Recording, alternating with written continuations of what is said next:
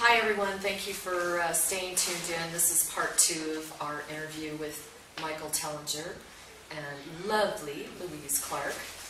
And they are here today to not only review the Ubuntu Movement, but also some other really poignant questions that came up while I was reviewing his other book, which I'm not sure if everyone has seen this, but The Temples of the African Gods, which was a kick book. It's really good.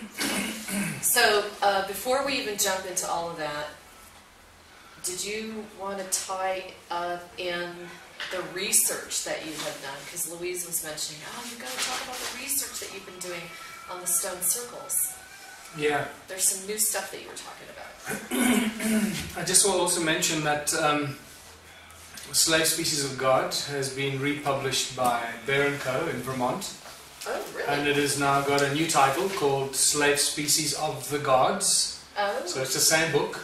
Okay. It's been edited and, and fixed up. Okay. And it's got a really nice, jazzy cover. So it's just the cover that's changed? Yeah. Okay. Content is pretty much the same, just some editing that they did. Okay. And Temples of the African Gods is a new version with more information, which is called African Temples of the Anunnaki. And it's a superb book because I think this book is pretty much out of print now. Wow. So you can get them as ebooks. Okay. But as far as physical form, I think this book has now become a collector's item. The Temples of the African Gods. Yeah. The other thing about this book that's kind of important is all the pictures. Yeah. I mean, it's really awesome to see the cymatic, effect on the ground of each of the stone circles. Yeah. Because if you look at that, you can really see that they're playing different tones, like you were talking about before. Mm-hmm. So, well, the other thing I wanted to ask you was, you had mentioned, we were talking about the Adam's calendar, you had mentioned that you had noticed that a lot of the ancient sites had been built on the golden mean spiral. Yeah, well...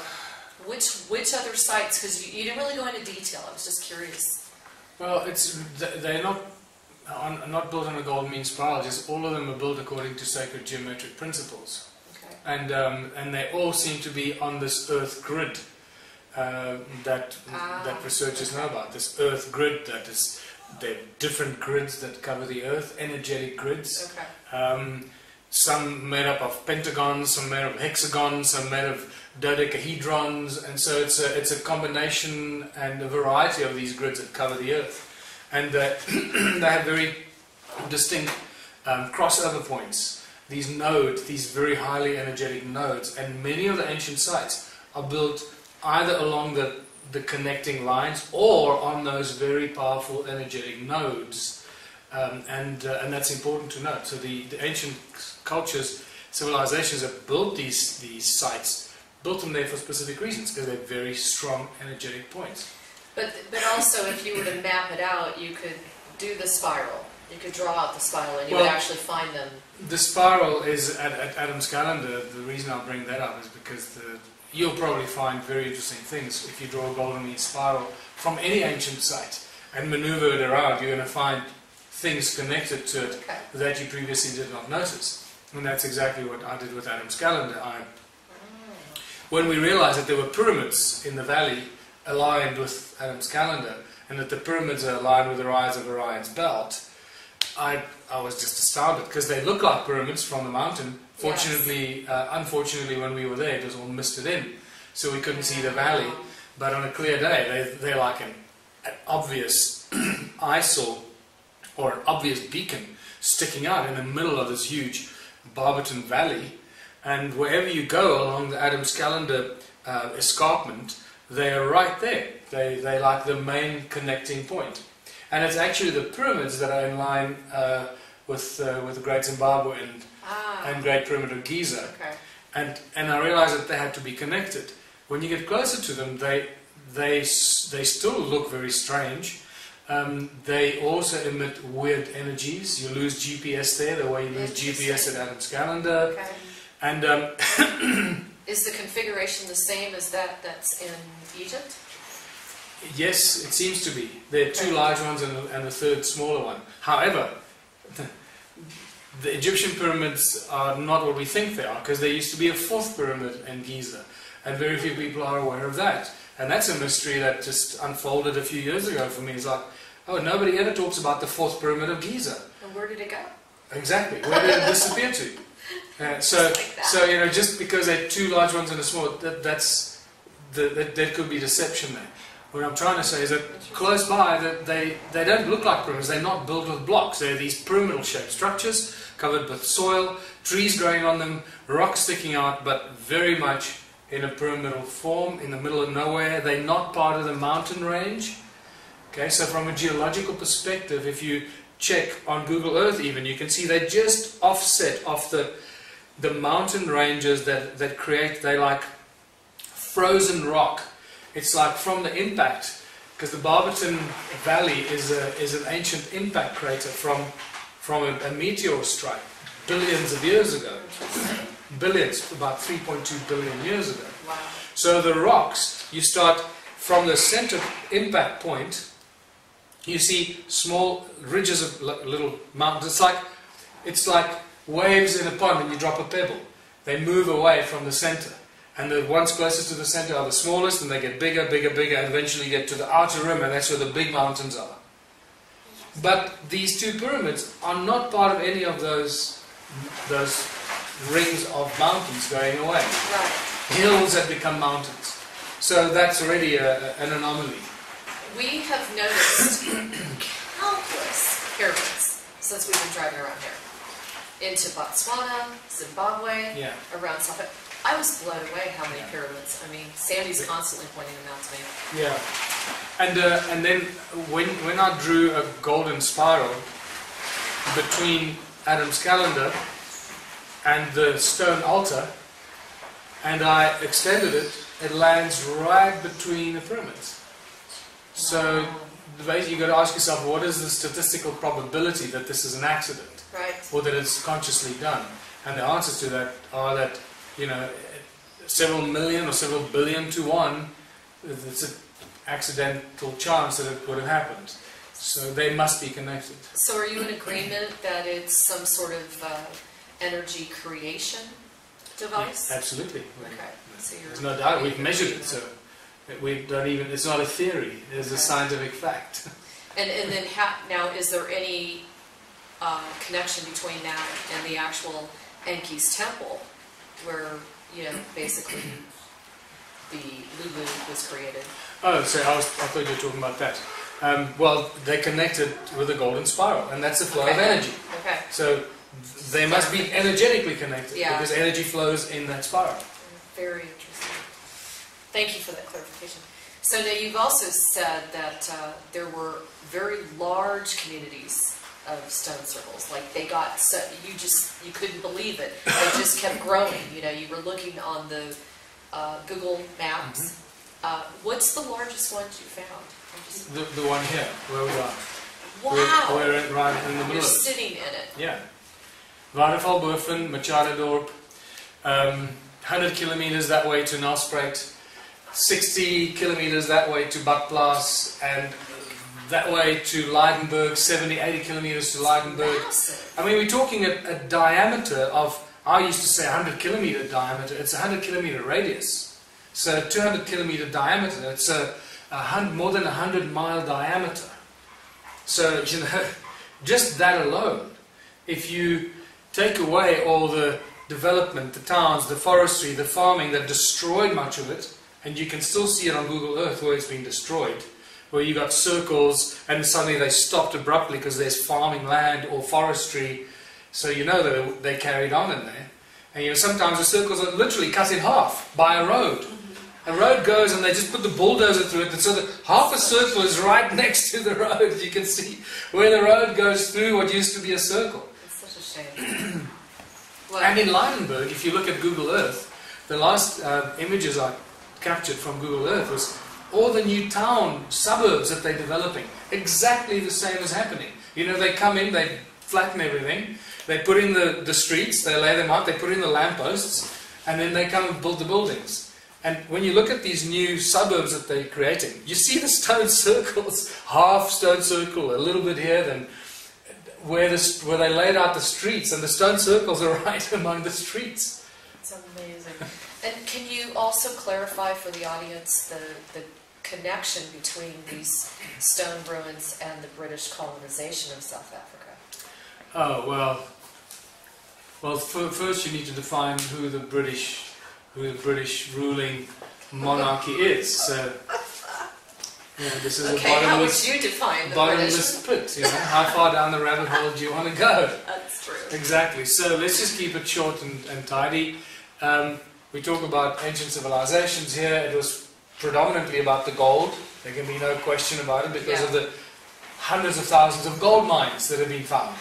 Okay, so it's about the gold. Right. If anyone still has any questions, well, what were they doing? It's about the gold.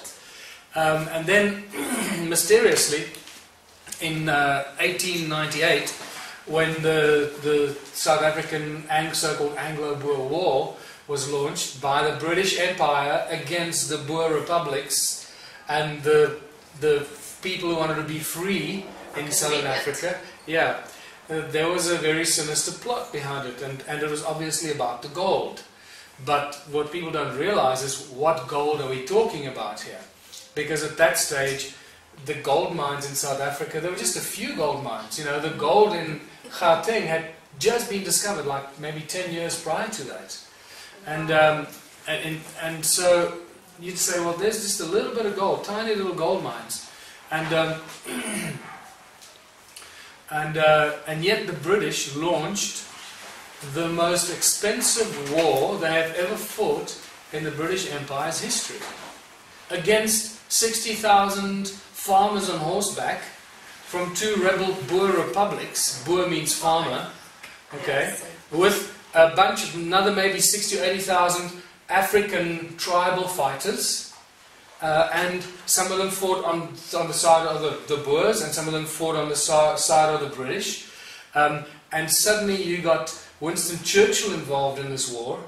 You got Mahatma Gandhi involved in this war as a young stretcher bearer. That was really strange. And Paul Kruger involved in this war. One of the presidents of the two Boer republics. It was President Steyn and President Paul Kruger. And the British Empire sent 470,000 troops to South Africa in 1898.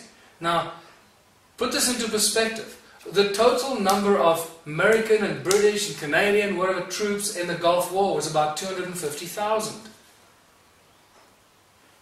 Wow. 470,000 British troops on ships, horses, hospitals, food, the supply system that feeds this machine, the weaponry, the cannons.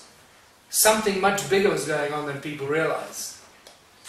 Okay, and that bigger thing that was going on is that Paul Kruger suddenly became the most dangerous man in the world.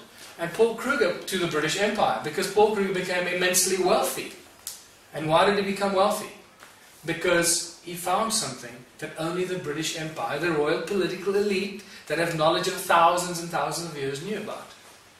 He found secret tunnels filled with gold. And they were not human tunnels. Now where? Where exactly? Well, right here. Okay, so it was right in this location. So there's a story that on 4th of June 1902, I think it was, a train left Pretoria. It was filled with gold. It was headed for Mozambique, for the port of Maputo, or Lorenzo Marques at that stage, Mozambique. That train was filled with gold. That train went missing. Now, to fill one train carriage of gold is a major feat, because that's a lot of gold. And there were several carriages filled with gold that left Pretoria. It never made it to Mozambique. The train vanished in Machadodorp, the town just before Waterval-Boven. Remember, the Waterval-Boven is Paul Kruger's town. Oh, and Waterval-Onder is Paul Kruger's town. That's where his little house is, where he manipulated or controlled the war against the British troops. So there's a much bigger story to it here than people have ever realized. And we're right in the heart of it. Ancient gold meets modern knowledge, the greed of the British Empire. When they realized Paul Kruger had found the ancient tunnels filled with gold, they had to close and shut this down, and at all cost had to get rid of these rebels that suddenly had this wealth. That's incredible. And I was talking with Chris and Sandy the other day about how amazed I was when they were talking about the history of South Africa. I said, hold on a minute here. This sounds like the United States. Yeah. And then we started comparing, you know, South Africa with Australia, with the United... And I was thinking, well, we had covered wagons. Yeah. Well, we had atrocities when they were traveling out to the west. You guys had it to the north.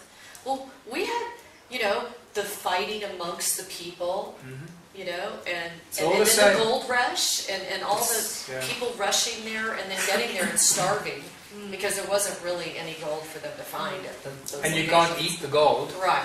Yeah. It just, isn't that interesting that 3 different continents, and they all had almost identical history. So people need to check that out. Okay, so the other question I wanted to ask you was about the agricultural terraces. And I did a little digging on the dolerite. It says it's formed when magma cools and solidifies igneous rock. But one of the things that they talked about was that it has an incredible ability to hold water. Yeah, but also just remember that it is just another form of a granite. It's a kind of granite, and granite is rich of quartzite. Hornfels stone plus dolerite are metamorphosized quartzite.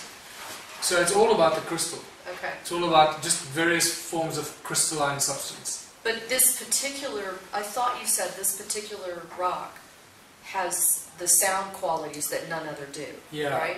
Well, there are rocks around the world that will have those sound qualities. These ones just happen to be here. Here. You got ringing rocks all around the world, and I suspect that they were used for the same reasons around the world. But here it was, you know, I made the breakthrough kind of connection here, I guess. So, and collecting these sort of long, elongated stones that, you know, look like French loaves of bread, and when you hold them up and hit them, they ring like bells. Many people have seen that. So that made me realize that we're dealing with sound and acoustic properties. And then I recognized the somatic patterns inside the stone circles, and I started thinking, oh my goodness, it's all to do with sound. And then we got lots of other evidence which we don't really have time to go into here, because that in itself becomes a 2-hour discussion about why, how do I know, how can I be so sure? Well, there are lots of reasons why I can be so sure that these are somatic patterns from the ground. Well, and you've done an outstanding job just within those 2 books alone on documenting all of that data. So if you want to check out more information, don't forget that he's got the temples of the African gods, and then also the new version of that, which is the Anunnaki. African temples of the Anunnaki, and it's got a different cover. And then the other one is the slave species of the gods. Slave species of the gods, yeah. So check him out. He's done a lot of work. Okay, another big mystery. Tell me, have you found why everything points to Orion? Serious people have talked about it. But regarding the pyramids and the constellation alignments, what is your theory on that? From everything you've researched. There are too many conflicting theories out there. I know. It's very confusing. But I thought we were going to talk about Ubuntu and Contributionism. We are. But I just had that. And she has one question that's burning in her heart. She was talking about Credo Motba. Is that how you say it? Yeah. Okay. And he was talking about the nilotic meridian. And that supposedly it's at 31.04 degrees longitude, but that should be the actual 0 meridian. That's what it. Do you agree with that? It was that. Yeah. It was that. Okay. And again, part of deception. Everything's been shifted. Everything's been moved. Wow. So if you keep the nilotic meridian as the Greenwich mean time, to explain that to people, everything changes. The whole energy of the planet changes.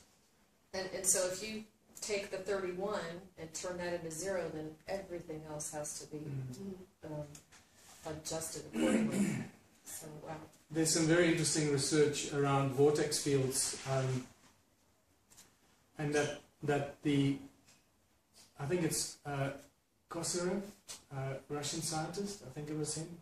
Forgive me for having a lapse in memory there, but he was one of the first people that started talking about the distortion of gravity field around vortexes and vortices, and he found that they jump like in quanta in groups of 31, and so 31 becomes a very important number in a lot of numerology and mathematics and science and physics. It's fascinating that it was 31 degrees east according to how we look at it now. Right. So when they shifted it 31 degrees away from where it originally was.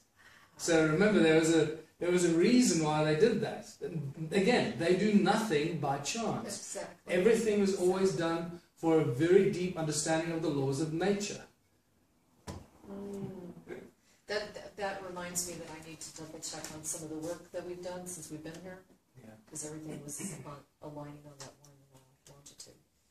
But anyway, okay. Ubuntu, Michael's like, finally! So, back to where we left off, which was, where did you begin? And you said it was just kind of one of those organic, unfolding daily things, right? So, what was the first step?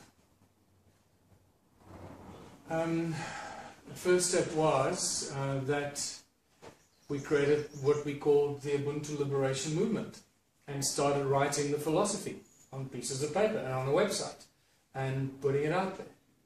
And can you give us some generalizations?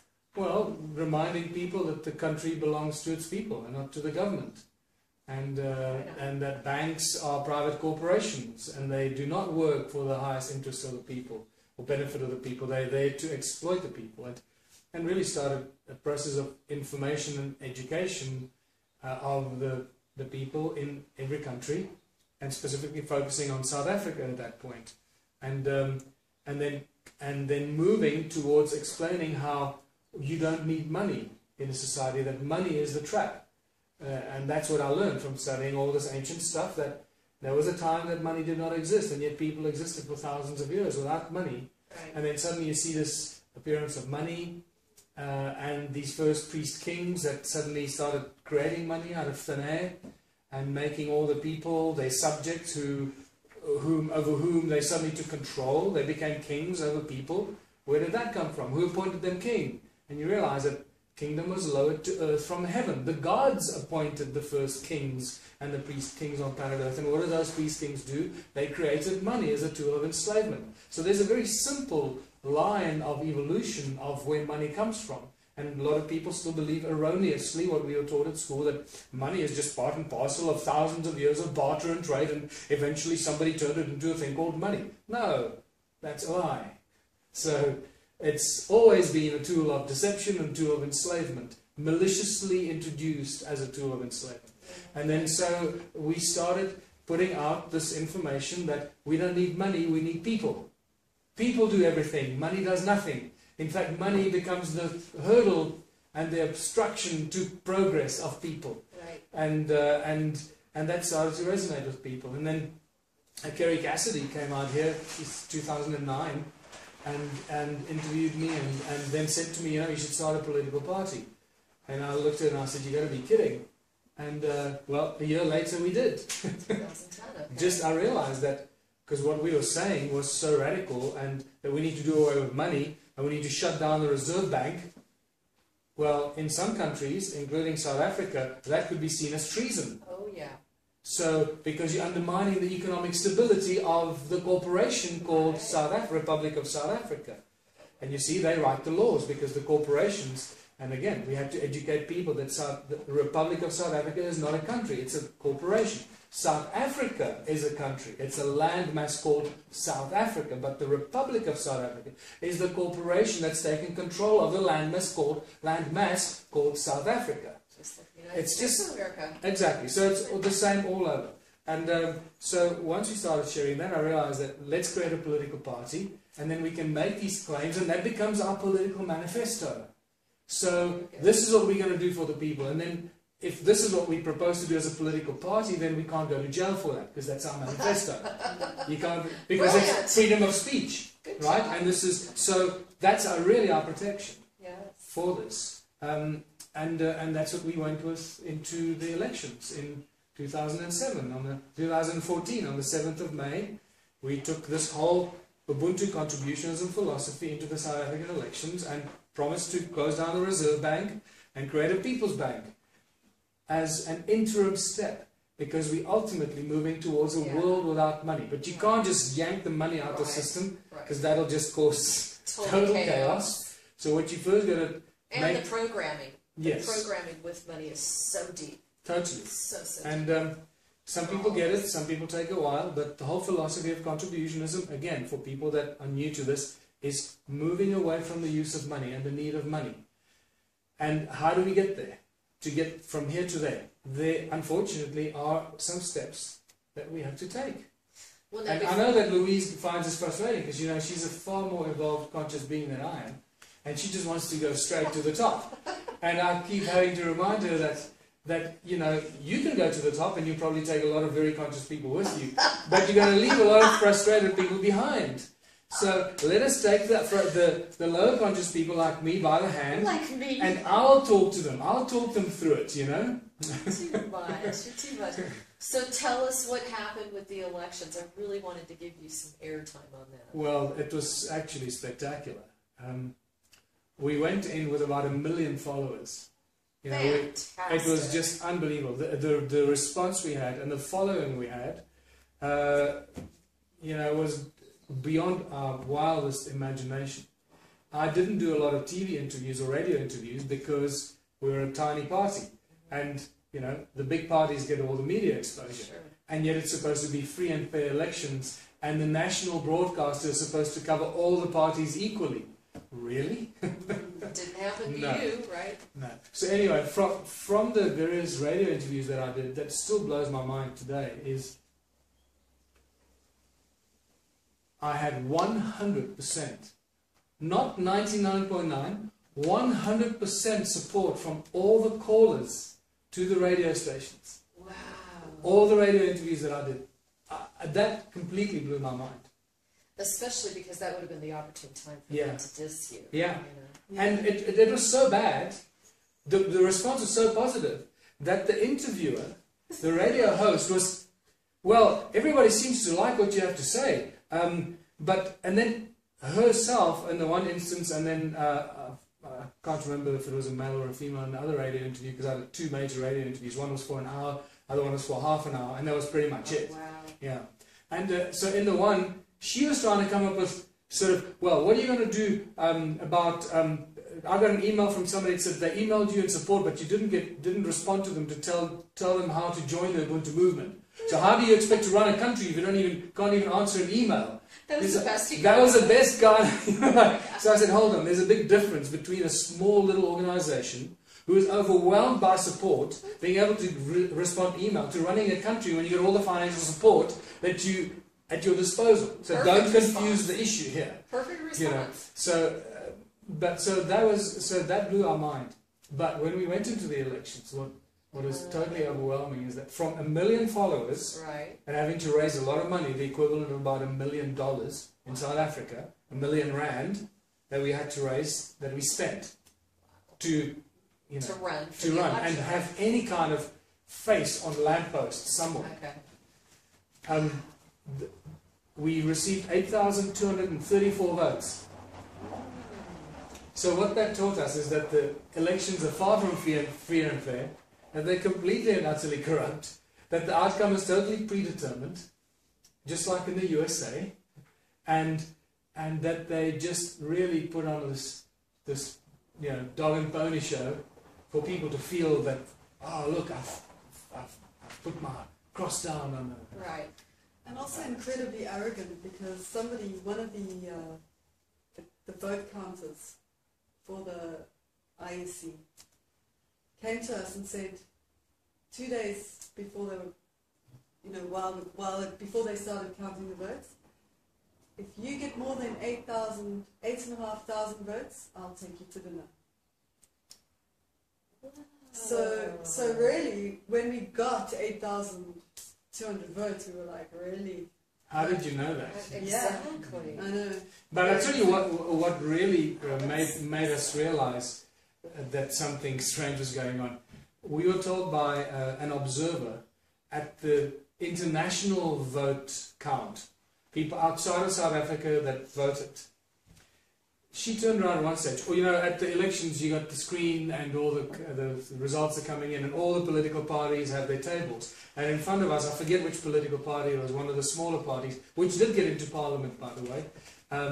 They got enough votes. But one of the ladies, they turned around and said to me, Ubuntu, I was quite surprised because I was an observer at the international vote count and Ubuntu got the largest number of votes from international voters. Whoa.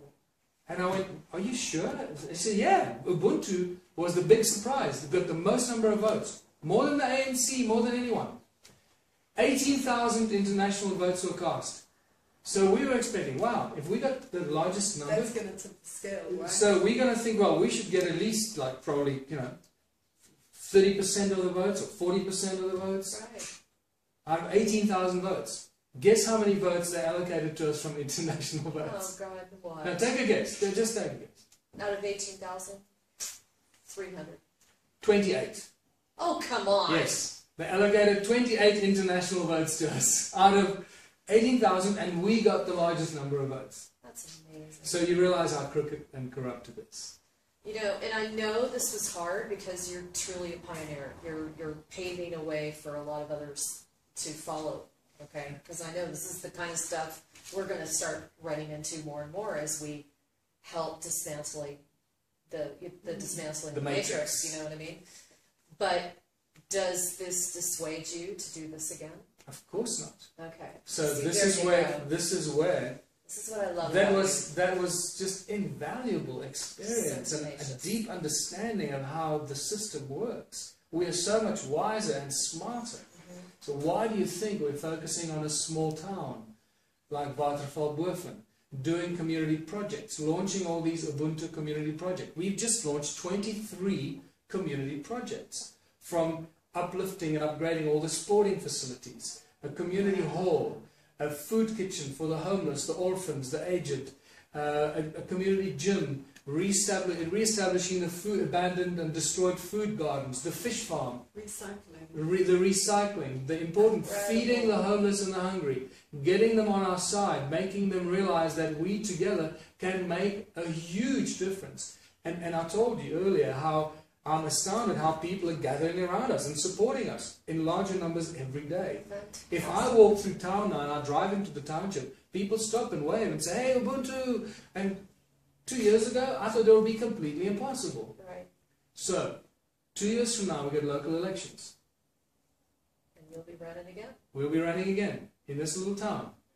There's, as we keep doing these community projects and then extend it to our neighboring town, there's a very good chance that we might win the majority outright vote here, which will make me the mayor. That'd be awesome. And guess what we'll then do? We'll implement the contribution philosophy with all the funding that comes into this town. Slam dunk, home run. That's it. That's the tipping point. Because then nothing can stop us. Well, think about it. 2016, that's a really good time. Yeah. Because I really, truly believe 2015 is the Renaissance. I mean, the real, true soaring of the Renaissance starting next year. That's interesting, actually, because I think it's people like Ashiana Dean and others saying 2017 is the big year of change. So if we get into the elections in 2016 here, really assert ourselves on a local, and I've been saying this for how long now? Every time I go do a talk about contributionism, forget about winning the national elections. That's not important. Right. You've got to win one little small one-horse town. Yeah. That's where it begins. Because once you've converted and united that community, all the surrounding communities will go the same way. Sure. It's impossible for them to exist within a capitalistic model. They will collapse. They will have to start approaching and applying the contributionist philosophy, which benefits everyone, because contributionism consumes capitalism wherever it finds it. Yeah, yeah, it like collapses the whole belief system, doesn't it? So, what is your next step? I mean, where are you now in your personal life as far as how involved are you with the Ubuntu movement here? Tell me a little bit about what is your daily life like? I'll let Louise tell you. Yeah. Come on, Louise. It's a full-time, total love affair. Michael and I start early in the morning. He's now driving the community projects. So he gets up and he does that. He does some admin, goes out and starts activating the various projects with the coordinators in town. I come in, I work with the volunteers here, kitchen, restaurants, setting up education, all of that. And yeah. You guys are incredible. I just want to seriously honor you guys, because I know how much work this must be. Thank you. And you deserve it, every accolade you can get. Thank you. And I honor the fact that you haven't given up, because I know you've been up against a lot of intrusion. And I don't know if you want to talk about that, but you know. Yeah, it's just, I don't want to delve on the dark or Sure. the negative side, but we're expecting it. I was expecting it. And I knew the higher you go up the ladder, the more work you do towards, light work you do, the more you work for the benefit of humanity, the more you're going to get the detractors and the dark energies and the opposing forces trying to bring you down. So it's inevitable and it's expected. So I feel sadness for them. I feel deep sadness for them that they don't have anything better to do. Well, I think the sadness is really more about the lack of empowerment within themselves. Yeah. Exactly. That they cannot see beyond you and me and many, many others that are high profile that have been targeted, and they can't see through to our hearts of how much we love them, and we would do anything to bring this planet to peace. And that's we've proven it. We've proven it over and over. So some sort of statement that someone says is going to take hold of that, is going to erase all the work that we've done. I mean, come on, folks. Seriously. what I'd like to just come back to, if I can, Alexandra, is just the integration of the community project and what do we want to achieve, because I think a lot of people are still not quite understanding that. No, and a lot of people think that we're building a self-sustained community. And I need to tell you right up front, we're not creating a self-sustained community. We're not buying a piece of land and starting to plant vegetables for ourselves. That, I believe, is the trap that many people fall into. And I've been trying to explain to people, you don't need to start from scratch. Small towns and villages have all the infrastructure. You don't need to start anything. You have everything there. All you have to do is shift the people's mindset. Make them think slightly differently and start working together in cooperation as opposed to in competition. So that's the huge thing. Don't try and run away from establishment. Use your town and the community that you have. You already have a community. The thing is that the community is divided. Unite the community, use the infrastructure, and you're a light years ahead of starting from planting vegetables on some empty piece of land somewhere.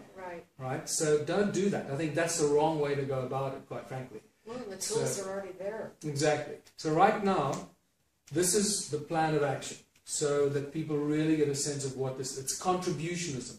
We're converting this impoverished community with 70 to 80% unemployment, orphans, HIV, young HIV mothers with HIV children, lots of homeless, unemployed people who have no money, no food, nothing. So taking that and converting it into a community of abundance. So how do we do this? And the community projects are the key. So we've identified the key and the necessary community projects. There are about 23 of them. And it starts, as Louise says, with recycling the rubbish dump, making sure we recycle everything, and go and take it to the guys that pay you some money for it. Okay, we can't go from zero to hero. We need to use money to free ourselves from the use of money. So we recycle everything. The money that we make from that, we pay the people that are recycling it a little bit so they can survive. They still need money to buy the odd things. But 50% of it then goes towards buying food for the community kitchen. The community kitchen that feeds the homeless, the orphans, and so forth. And everyone that participates in the community projects. That's the key thing. You don't just hand out food. You have to go and work in one of the community projects for 3 hours and then come and get your plate of food and a nice big glass of homemade lemonade. See, that's without aspartame. That's right? Well, and that's really important because it gives them some fulfillment and value. They wake up in the morning, they know they're going to go do this or bake bread or work in the dairy or go recycle, so they could do something different every day. And they're learning new skills all the time. They have a sense of community. They've got people to talk to. They sit, we eat together. It's just a different way of living. But it gets bigger. So now the community hall, the community hall that we're renovating, the vandalized community hall, as I mentioned, completely vandalized, that we're renovating, very soon we'll have electricity running there again, flowing, and flowing water, which you already have, but a lot more work to be done. We need to fix the toilets and basins before we can open up.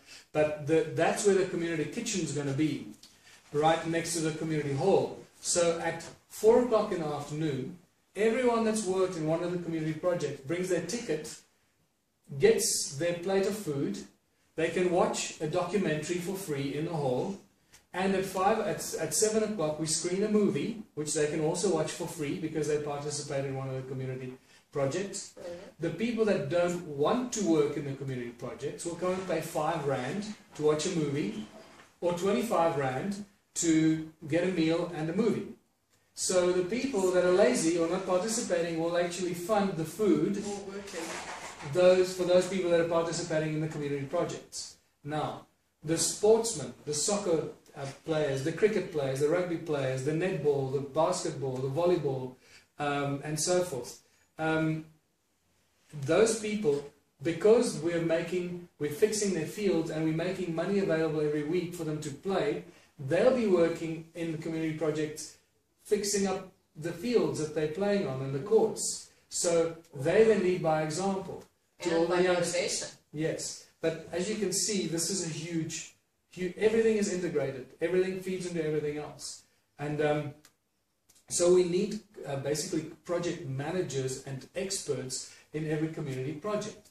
For the little children, for example, right next to us, as you know, here we've got a huge open field. This is a cricket field and an athletics track that's completely vandalized. So you can see people drive their cars there and spin their wheels, and So we're going to close it off and turn this into the Little League soccer and the Little League rugby and the Little League cricket. That's right next door to us. So we need coaches for rugby, soccer, cricket. And then right next to it, there's a huge concrete slab here that's going to be the seedling factory, where the children come in the afternoon, they watch a half-an-hour documentary on whales or stars or something, educational stuff. Then they come and plant some seeds. So we teach them how to grow food and grow seeds for an hour. And then they look after the seedlings from the day before and nurture and then, write their name on the little jar that they planted in. So we make this an attraction to people that want to help fund these projects. They can buy a seedling from one of the little children.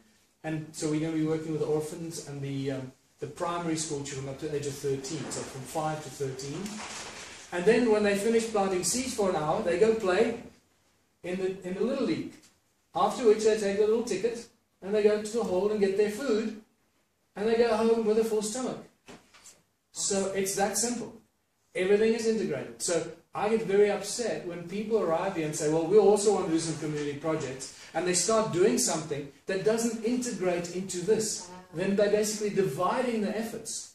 And they don't really understand what we're doing here. So I just want to be very clear for people around the world who want to do this. You can't have a bunch of people independently of each other doing community projects. That's a failure. That's going to fail. It's not going to succeed. Because as you know, sooner or later, it becomes just another drudgery. If it's not integrated, it's not going to work. That makes a lot of sense too, because reciprocity is such a core ingredient.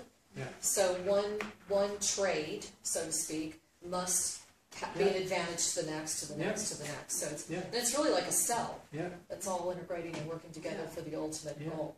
So the other thing, so now the kids are planting these seeds. Within a month or two, some of the things grow quickly, and we're going to have nice little trees and things. And then the kids are going to go and plant them in the town, along the paths, in the roads, in the parks, beautify the city, and they become the protectors and the custodians of these fruit trees and nut trees and vegetable gardens that produce future food and prosperity for the community.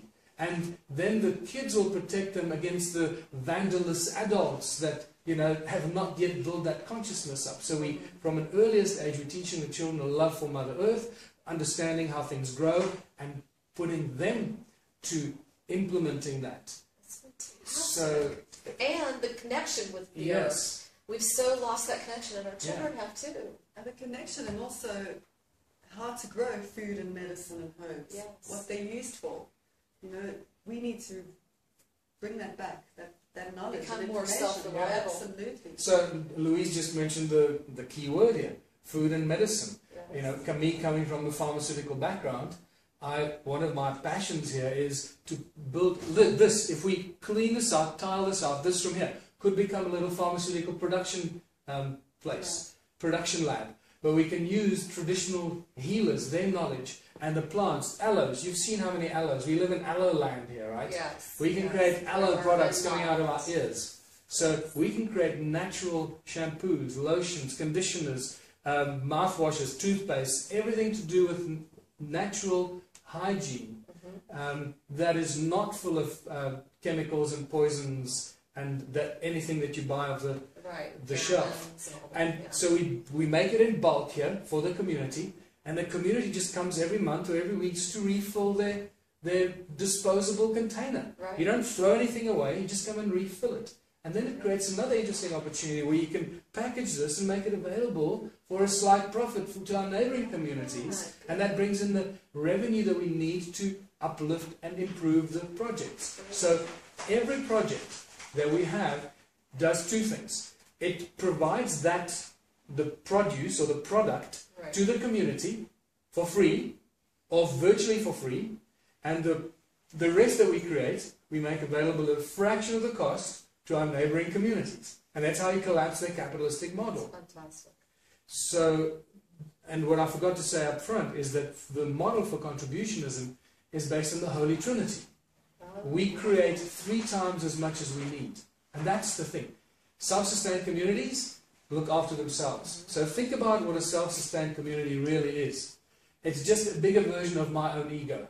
Instead of me, it's now us. Let's protect what we've got from the terrible people outside the walls. Well, that's only going to last as long as the people start climbing over the walls to take from you what you've created and trying to keep to yourself. Still in us versus yes. So that's our contributionism. It's critical. It's creating abundance beyond your own needs and then making that abundance available to everyone around you.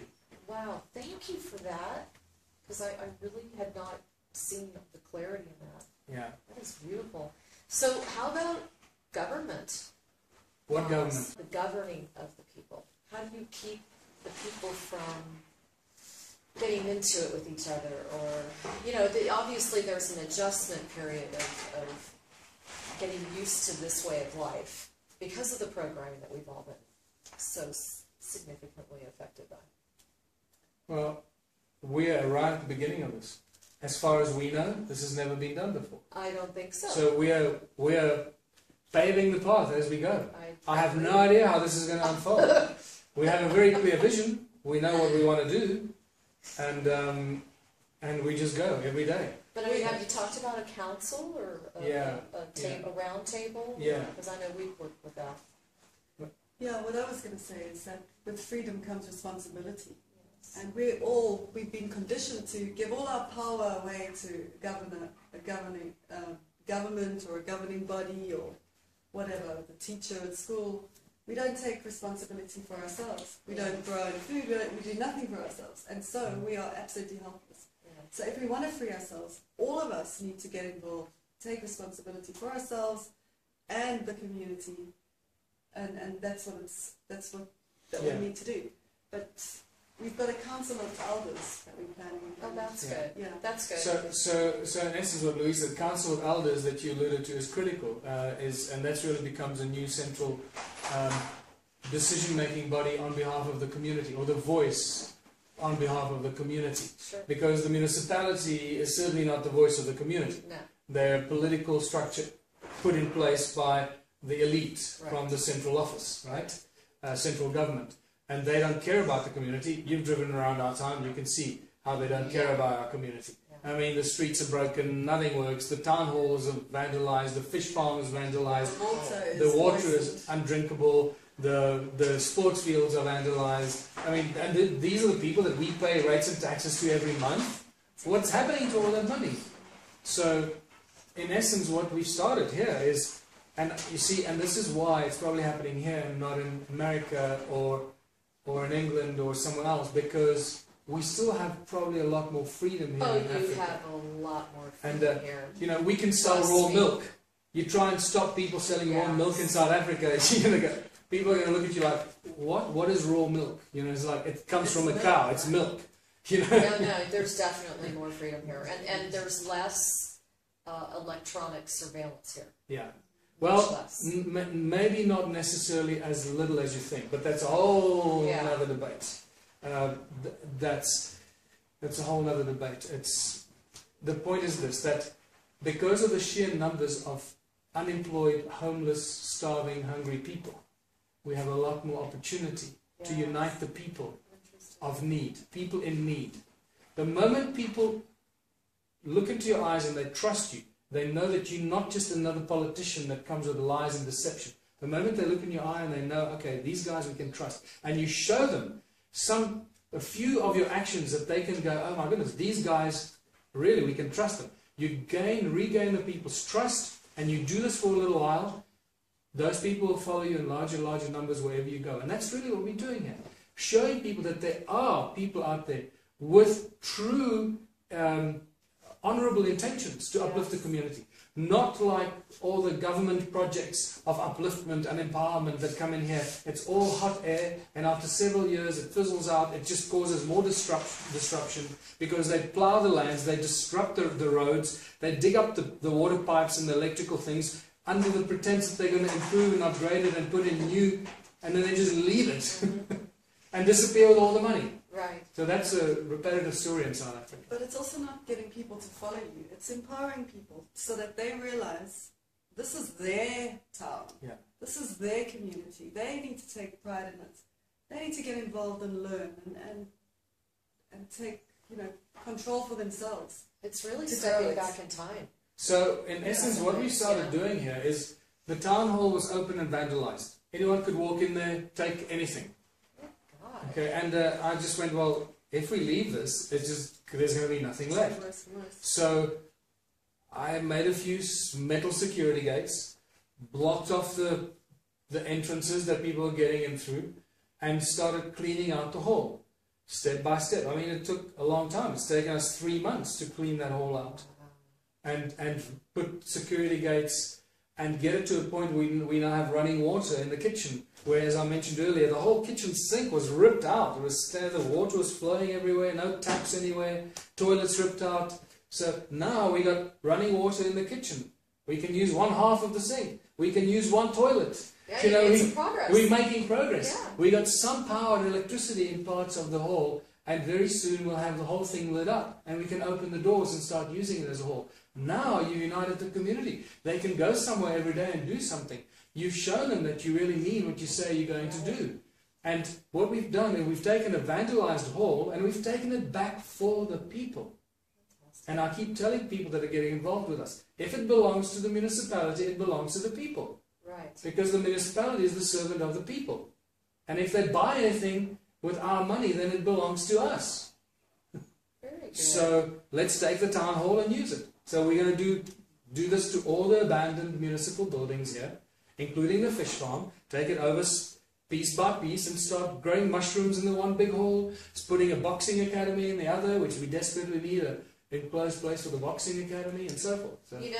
I know a lot of people are thinking this. How are you overcoming the legal ramifications of going into an existing government building? We're not overcoming it in any way, we're just doing it. And nobody's stopping you. No one's stopping us. That's and this is why I place so much emphasis on the support of the people and the support of the community.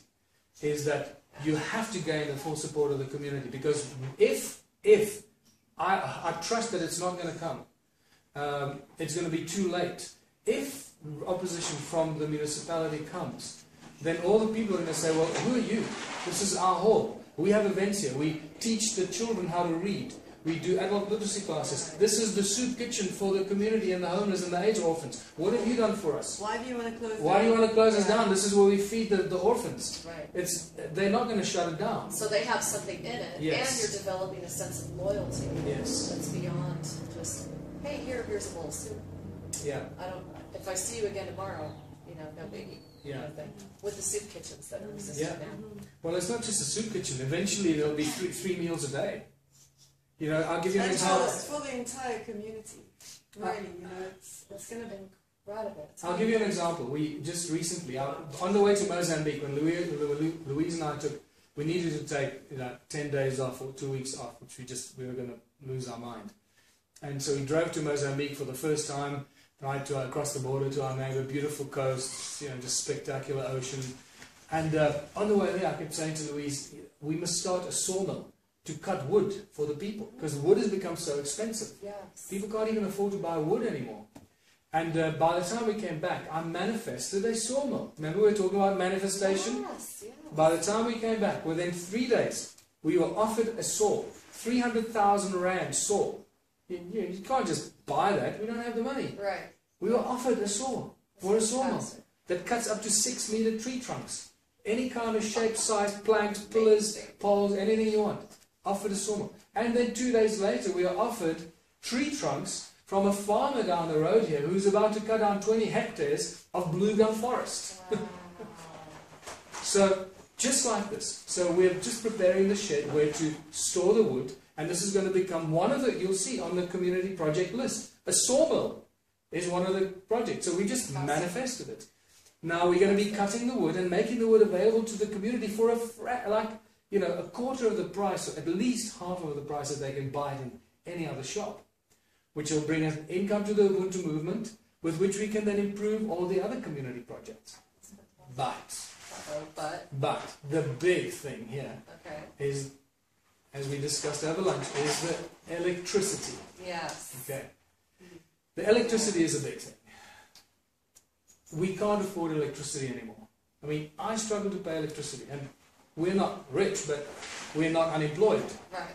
No, I can't imagine. Goes crazy as well. I can't imagine how the people who don't have jobs or unemployed, how they actually survive and have electricity. And if your electricity goes down, then they'll kick you out of they'll evict you because you're not with electricity.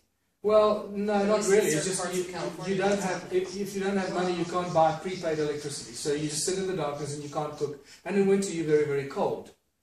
Right? Well, so, it's more about squatting and what it appears to be on the outside, and then neighbors getting concerned and things like that. Well, the situation is slightly different here, but the point is that everyone needs electricity.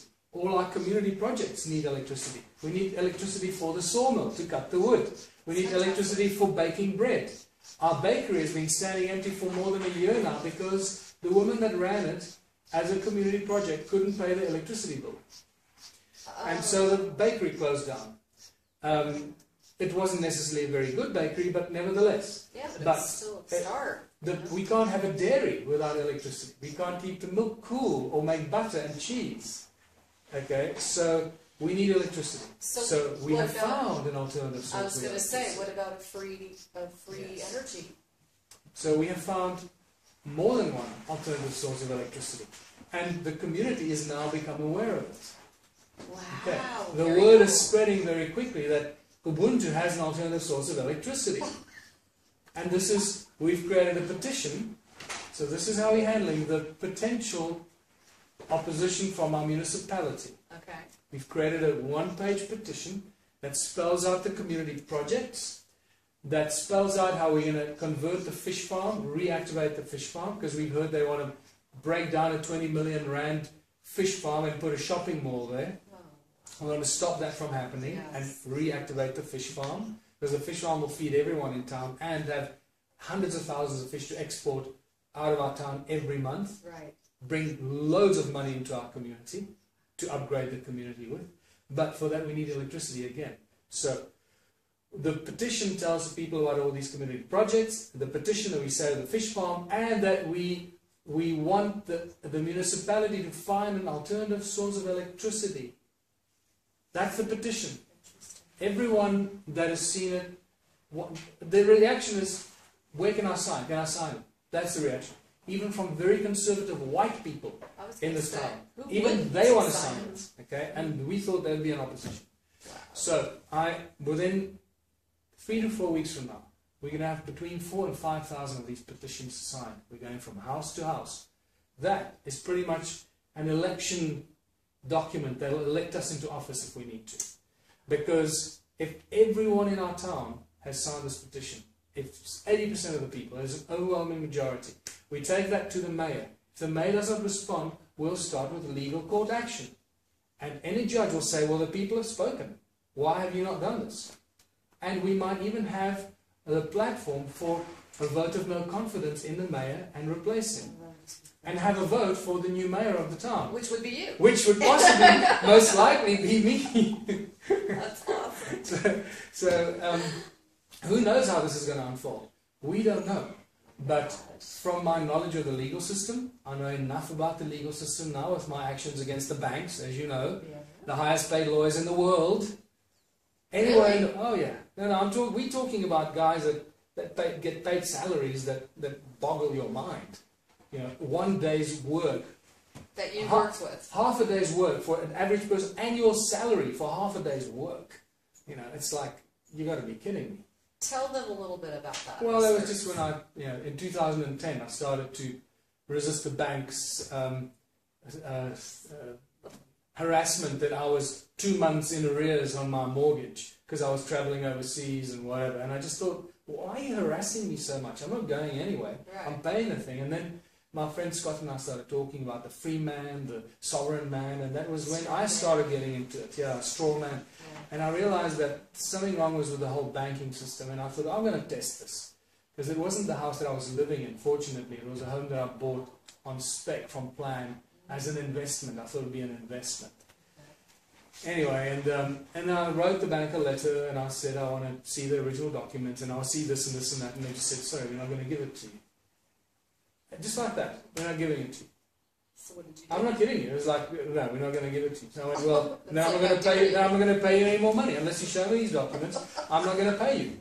Unfortunately, you know, you lose that battle very quickly. So before I knew, I was in court against the bank, and I had to go and defend myself against non-payment. And I had to learn all about how the banks work, the securitization, that they don't actually own the property anymore because they've sold it on and they have no right to act against you. But it was a process. In the beginning I was very green and I learned. I went to the University of Life of teaching myself, standing there defending myself against the highest paid lawyers and advocates in the, because it was in the Supreme Court of Johannesburg, not just in some local regional court. Only advocates, the guys in black robes are allowed in there, right? Yeah. They're a higher form of lawyer in South Africa. And after 3.5 years in that court, the only way they could beat me is by coming up with a fraudulent judgment against me. Fraudulent judgment that was pre-written by the judge and obviously handed to him by the lawyers of the bank. Standard Bank, the largest bank in Africa. And any bank, any company with the word standard in it must be a Rockefeller company. Just a little hint. Found that out. Yeah, well, Standard Oil, Standard Bank. Right, you know, right, so, right. Yeah. Wow. So what? So I lost that. Obviously, the house was auctioned, and I was ordered to pay sums of money to the bank and to the lawyers, which I then did. Louise and I, we drew up a promissory note, because I learned a lot of stuff in that process. Became very wise. I drew up a promissory note, and I paid the bank about the equivalent of $500,000, and which they have now accepted. They haven't said anything in a year and a half now. Expensive lesson, but you got it off your back, basically. And you learned a lot. But I've learned a lot. So right now, the banks probably think twice before they come after me, because they don't want Michael Tillinger, who's the head of the Ubuntu party, because you see, then it'll get far more media exposure now. And they really don't need that kind of exposure. So who knows? So I'm using that knowledge with the petition. And with getting the people behind me here. And if the mayor doesn't respond, you give him notice, right? You've got 21 days to deliver an alternative source of electricity. If not, we're going to take the necessary steps to implement this for the people. So that's kind of going back to common law, you know, and that's really where we need to be.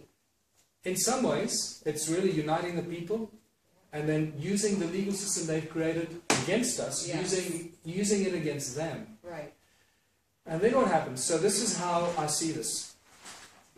We know where the plug is to unplug the current supply and plug ourselves in. Okay. It's literally going jink and plugging us in for the whole town. But first we need to get a lot of our ducks in a row. Right? It's not just you better be prepared for that. We need to be prepared for this. But this is gonna end up on the newspapers around the world for sure. But in essence, the people need to know that we have access to free electricity. And in return for 3 hours a week, in any one of the community projects, you get free electricity, uncapped free electricity. Because the machine, there's no cap on the machine. Right. It produces 1.2 megawatts of electricity. It's much more than we need in this town. So the excess will be put back into the grid, and Eskom, the major supplier that supplies 45% of Africa, continent of Africa, 45% is supplied by South Africa's Eskom. They're huge. And then they buy it back from you. They pay you for it. Yeah. Now they don't advertise that, but they do that when the situation occurs, because it's a long story. I don't want to digress, but Eskom does really nasty things in South Africa. They have a thing called load shedding, where they tell a town that we don't have enough electricity, so certain towns in South Africa are going to have to go without electricity for a few hours. And they warn you in advance, or a day, say, Wednesday next week you're not going to have electricity. So prepare for that. Okay, so sounds a lot like Sandy's neighborhood. So we can overcome that. The power never fails. There are other things that I don't necessarily want to talk about right now. We've got other energy devices that are just coming out of our ears. The whole energy thing is exploding around the world. And remember, it's connected to the level of consciousness. Yes. And it's only coming through now because the people's consciousness is reaching a level where we can accept it, we can bring it into our reality and not abuse it. Yes. We use it for the benefit of the community. And this is key, and I've got to stress this, and I know that I'm rattling off like that, but this is, by creating an energy device that you give every person in their home, that's not the solution. Okay, because then you're actually dividing the people. And it becomes again me, me, me. I'm okay, I run my household with my own electricity device. My power is not going to go down, but my neighbor will. Okay, so what we're promoting here is an energy supply that can supply the whole town, not just individuals. So you use the electricity supply, the free electricity, as a tool of unification to unite the people. A tool to unite the people. Everyone can have free electricity, but you have to contribute 3 hours a week. 3 hours a week towards one of the community projects. Why? 3 is a Holy Trinity number, so we like to work with that. Right. 3 hours a week. Think about the number of community projects we have. Let's say we end up with 50 community projects, right? And we have 3 hours a week. We have 5,000 people in our town. That's 15,000 hours a week. 50 community projects, 15,000 hours a week. We don't have enough community projects for the people to work in. Yeah. Can you see? We already have a problem. Right. So that means that the abundance we'll create. There's so much bread, so many bridges, so much food. We'll have too much stuff because all these people doing stuff because we have free electricity. Fantastic. And you said I was just going to ask you, there's about 5,000 people? Yeah, between 4 and 5. It's difficult to say. Between 4 and 5,000 people. Why here? I mean, I know you had stone circles and you had research. Why this place? Because this is where we are. This is where the Ubuntu Movement was formed. Okay. Just created. This is where we wrote the philosophy. We live here. And we live here. This is our community. So I'm just curious. It makes sense to start in our own community. Yeah. And also we're here because of the ancient civilizations. Yeah. So there's a strong resonance here. And I can tell you, ask Louise, for 7 years, I've been here for 7.5 years. This has been like a black hole of sucking energy. Because whatever dark forces are preventing us from getting off the ground here, they know once we succeed here, it's game over. Take off. It's slam dunk, home run, game over. No surprise that it would be in South Africa, which is the first world age. It's one of the primordial lands. I mean, it's just not a surprise that this would be the beginning of this movement. Yeah. Yeah. Well, so did you have anything else to contribute as far as going into any other ideas about Ubuntu? Because I know you're the woman behind it all. No, just that we're going to continue, and we're very excited about all the support we're getting around the world. We feel very blessed. We're watching other communities growing now in Canada and Australia and the United States, and it's really heartwarming. Where in the United States, by the way? All over. There's a huge Ubuntu movement in the USA. And Canadian Ubuntu movement is just really strong. They're already registering the party. The UK Ubuntu party is being registered. In Australia, I think they've started that process. Yes. In Germany, in Austria. In Austria, the Ubuntu movement is being, I'm not sure how far they are, but Professor Franz Hormann, you know, the leading professor of economics at the Vienna Institute of Economics, I think. He is the guy behind Ubuntu in Austria. Isn't that interesting? Yeah. So, in essence, what we've done is we've planted the seed of consciousness. They're growing themselves. We can't control the whole thing around the world. But what we need to control is the clarity and the purity of the message that goes through. We can't allow the rogue elements to infiltrate the integrity of what we're doing. Right. It has to stay as clear and as focused as the original message. And we've seen already that there are people that are trying to undermine it, use the Ubuntu logo and the name and so forth to try and sell dubious products and stuff like that. So what we had been trying to create as quickly as possible is a platform where all the accredited or affiliates of Ubuntu are on. So if you're not on our accredited affiliate website, then you're not an official accredited affiliate of Ubuntu and you're doing your own thing. And you're a rogue element and you're dividing the effort. So it's really important to people to say, don't think that because you think you understand the philosophy, you can run off and do your own thing and call it Ubuntu and Contributionism. That's going against the grain. Communicate with us, make us know that you're setting something up, you'd love to represent Ubuntu and Contributionism in your area, start working with us, get as much information. For those that are creating political parties, all the documents have been written. And when we get to the politics, we want the political message to be the same in every country. Yes. Obviously, slightly skewed for the specific conditions of each country, but the message needs to be the same. I don't want to see political parties, Ubuntu parties getting up in other countries and going with radical, wild messages, which that is not going to be supported by us here at the Ubuntu head office. Which could ultimately lead to separatism, which you don't want. I want to read this off to the people. This is part of their manifesto, our inalienable rights, the rights of all citizens. 1, the country belongs to its people. 2, the land belongs to its people. 3, the water belongs to the people. 4, the forests belong to the people.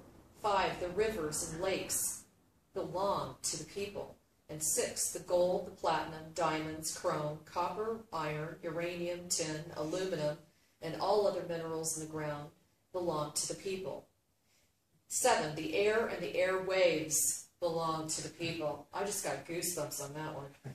8, everything that grows on the land belongs to the people. 9, the beaches, the mountains, and the skies above belong to the people.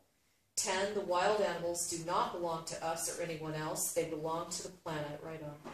And we are their custodians and protectors.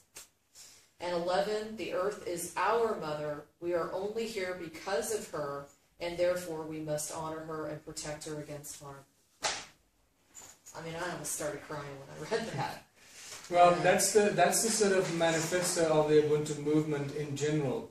The political party has a slightly different manifesto, which people can get on our website, which goes into, what will we do when we get into power? Right. And if I'm elected president, first thing we do is close down the central bank. We close down the Reserve Bank and replace it by a People's Bank that issues money for the people, by the people, tax-free, interest-free, free of any levies, taxes, or fees payable to anyone. No interest, no inflation. Yes. The money is created by the people for the people, so that people can do everything and anything every community needs to do. Right. That's what that money will be for. Right. Okay, and that's just you can imagine what that does to the psyche of the people. Suddenly, everyone who lives in any city anywhere, stuck or in the fear of leaving the city to move to a small town or the mountain somewhere because they don't like to live in the city, can move and do that. Why? Because no matter how small the one-horse town is, the bank that belongs, the People's Bank in that town, will make money available for all the community projects they need to do for their community. Yes. Can you see how that changes everything? Completely. So it makes you realize that money should be used as a tool for abundance for the people. Right now it's being used as a tool of enslavement. Exactly. And the moment you start using money as the tool of abundance, very quickly people will realize, well, okay, well, great, now we're going to the bank, the People's Bank, to get all this money to build the roads and the bridges and plant the food. And after a few years, they'll realize, well, why do we keep going to get the money? We know we're going to get the money for everything we need to do, so let's just leave the money out and let's just do it. So it's a process, a slow process of realizing that we don't need the money, we need each other. Right. So there are two manifestos. One is the sort of Ubuntu manifesto, Contributionism manifesto about people, our rights, the rights, inalienable rights of living, breathing human beings, and not citizens, as that's an old document. I still refer to people as citizens. Okay. And remember, this is a living document. Right. It changes all the time. Right. Yeah. And for the political party and the political elections, we had a 7-point manifesto where we speak about the bank, as I said, and then supporting the scientists on all levels, making money available for exploration, discovery, developing free alternative energy devices, supporting the farmers, creating laboratories to undo the Monsanto GMO stuff, so our scientists can fix the problems that Monsanto created, support the sports, support everything, arts, culture, support, purify the water, provide alternative electricity. So there's like 7-point mantra for the electioneering, if you want to call it that, for the political platform. Right. And it also lists here the people that are needed to support the Ubuntu movement for Michael and Louise are cooks and chefs and bakers, barmen and women. I love that. Barmen/women. Let me see. Builders and handyman, carpenters, plumbers, electricians, organic farmers, food growers, artists and crafters, IT, which is always essential, and graphic designers and all other skills. And especially now as well, sports facilitators, healthcare givers, doctors, nurses, physiotherapists, teachers, and then sports facilitators, soccer trainers, soccer coordinators, basketball trainers, people that love training kids basketball, tennis, all the sports. We need those people to come as volunteers and work with us for a few months. In the very beginning, as we start these community projects off the ground. Very soon we're going to have 300-400 children a day playing sports every day. From tennis to volleyball to basketball to cricket to rugby to soccer. Somebody's going to have to be there to coordinate it. Louise and I can't do that. And this is when we say we need help in funding. And people say, well, what are you doing? Well, these are the things we're doing. Yes. And we need to be able to feed these people when they come here as volunteers. We need to be able to feed the volunteers actually pay for themselves. We work on $30 a day for accommodation and food, right? So most people can afford that for 2 months. Yeah. And most of them it would actually be cheaper for them to live with us for those 2 months than it is living at home. No kidding. That's a good deal. And then basically all the community project leaders to take care of all these things on a daily basis. This is a huge operation we're starting, and as far as we know, this has never been done before. That's fantastic. Well, wow. I just want to thank you so very much. You guys have been outstanding to talk to today, and thank you for working it out that we were able to finally meet in person. Yeah. And thank you for coming. No, I'm so honored to be here in South Africa. I just love it here. And I just want to ask everyone to please check out Michael's site. And he also has michaeltellinger.com. That's one of them. ubuntuparty.org.za. And what is the other one? That's it. Those are the main ones. Okay. So if you have any questions, please spread the light across the world. You make the difference. We are here to support you. I am so honored that you've done this much work for all of us. We really appreciate it. Thank We you. love you. Truly love you. Thank you. We love you too. Thank you. You guys take care. We'll see you on the other side of the world next time.